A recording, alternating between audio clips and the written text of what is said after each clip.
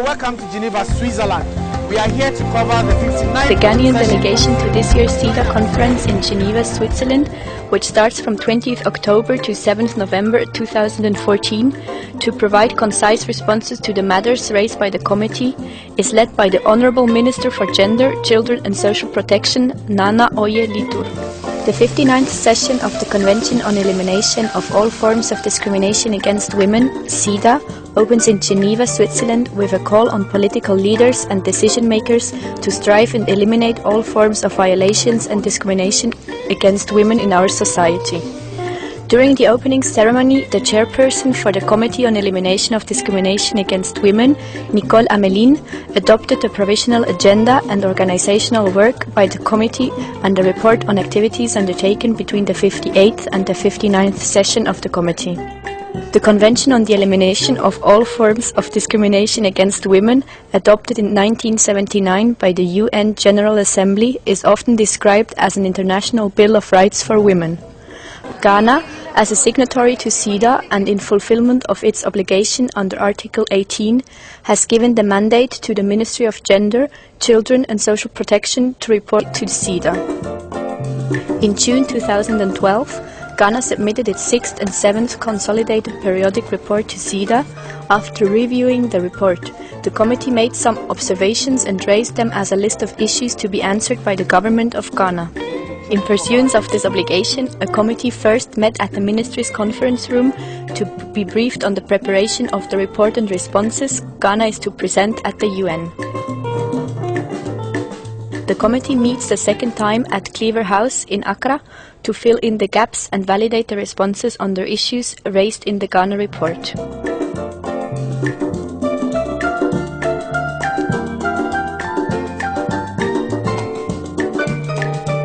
The third and final meeting back home was a mock session, where delegates to this year's CEDAW conference were made to feel how the session will be like in Geneva.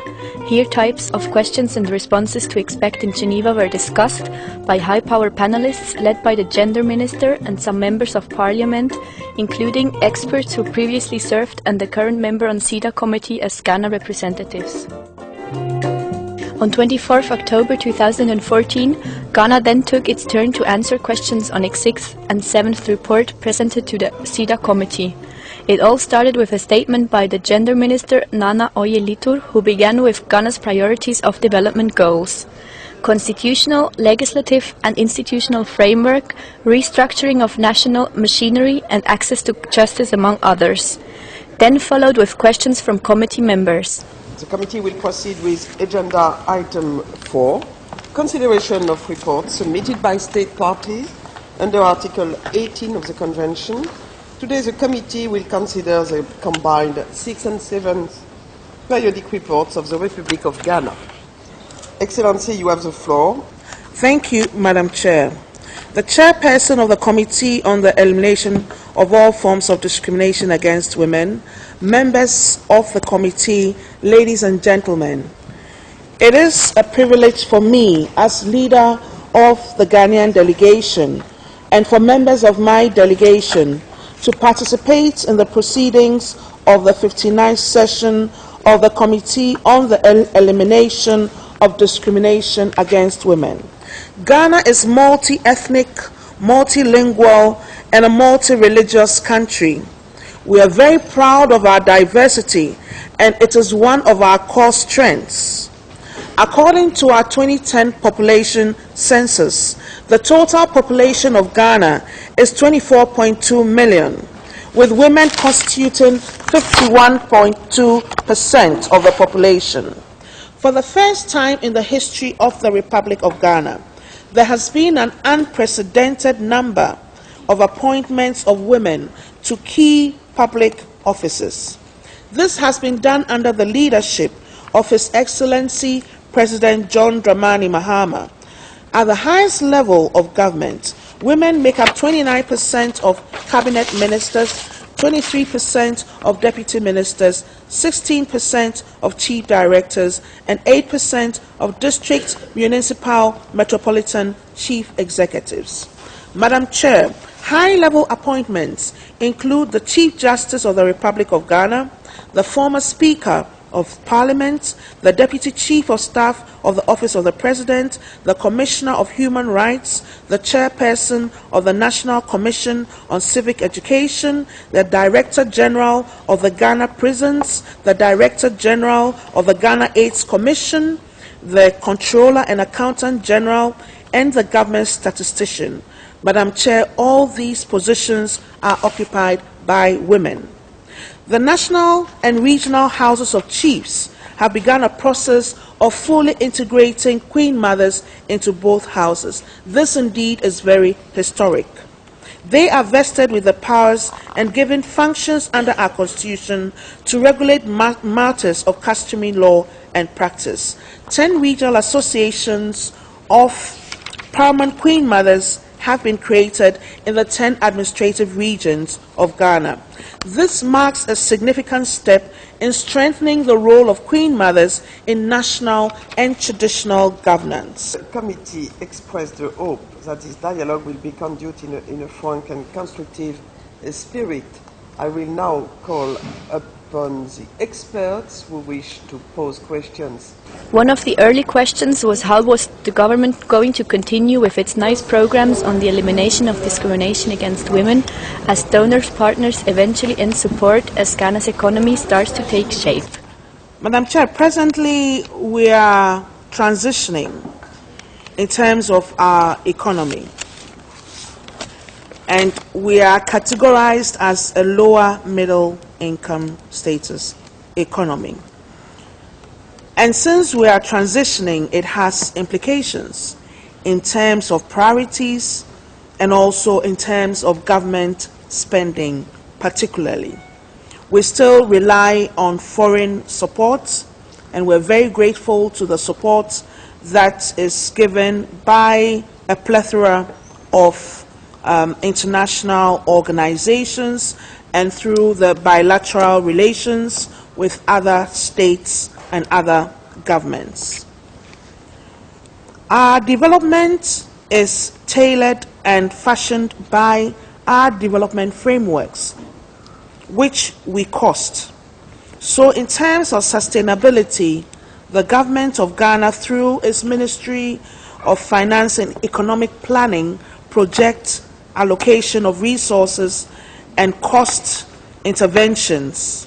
The Constitutional Review report and the government's white paper did not include a recommendation to amend the constitutional provision on discrimination.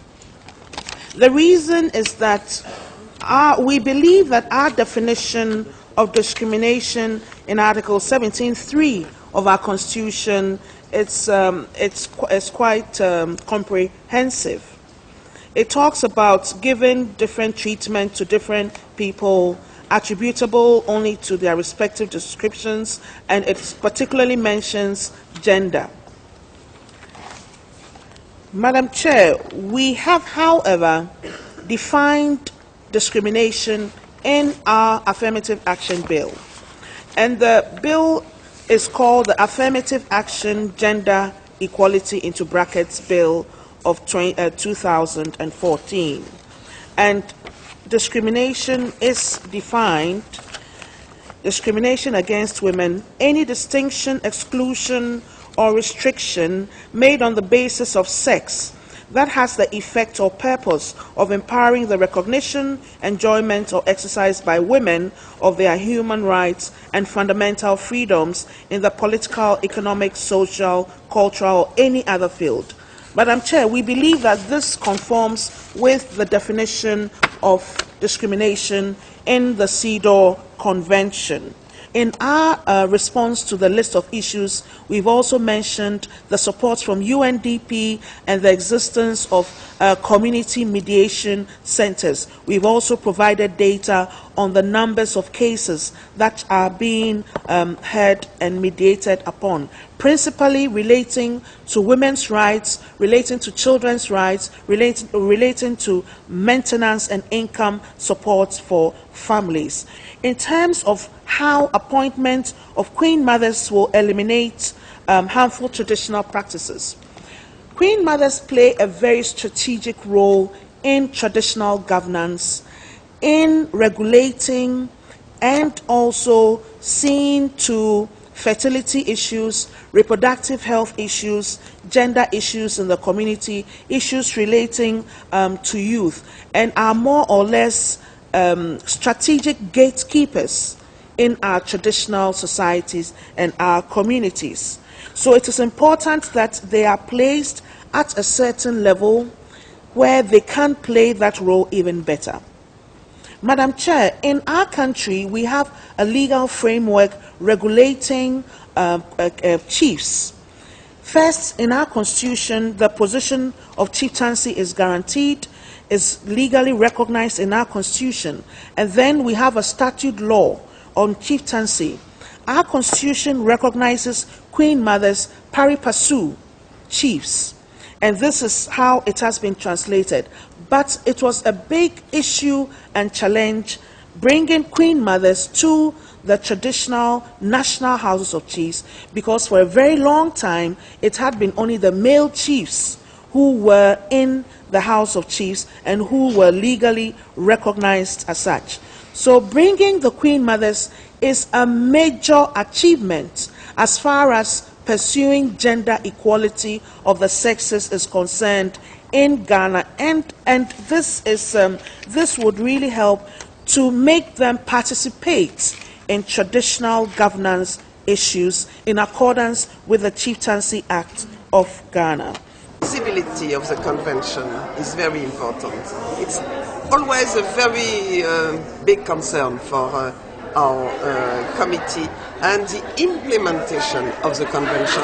It means a de facto, a very concrete implementation. It's been a very good meeting, because if you are invited to such meetings and you come and present the status of your country's women, I think it gives you the opportunity to even realize that whatever you are doing, whether you are in the right track or there are gaps that you need to fulfill. And in Ghana, we know that most of our efforts are being collaborated with other ministries. But if the ministry will have a lot of funds, as they always want to get, they can do more, even though we really impress them and they are happy that we even came. I'm even personally happy that we came, because we're able to present to them exactly what we are doing in Ghana. And they don't know, most of the countries are not nowhere near Ghana with us, but we there's still room for it. The demonstration by the minister shows that she was actually on top of the issues, because most of the issues that came out, you realize that the ministry, that particular ministry, is a strategic and important ministry, because most of the issues work, cross-cutting issues that are going to other sector ministries. So it means the monetary aspects of the ministry will have to be highlighted.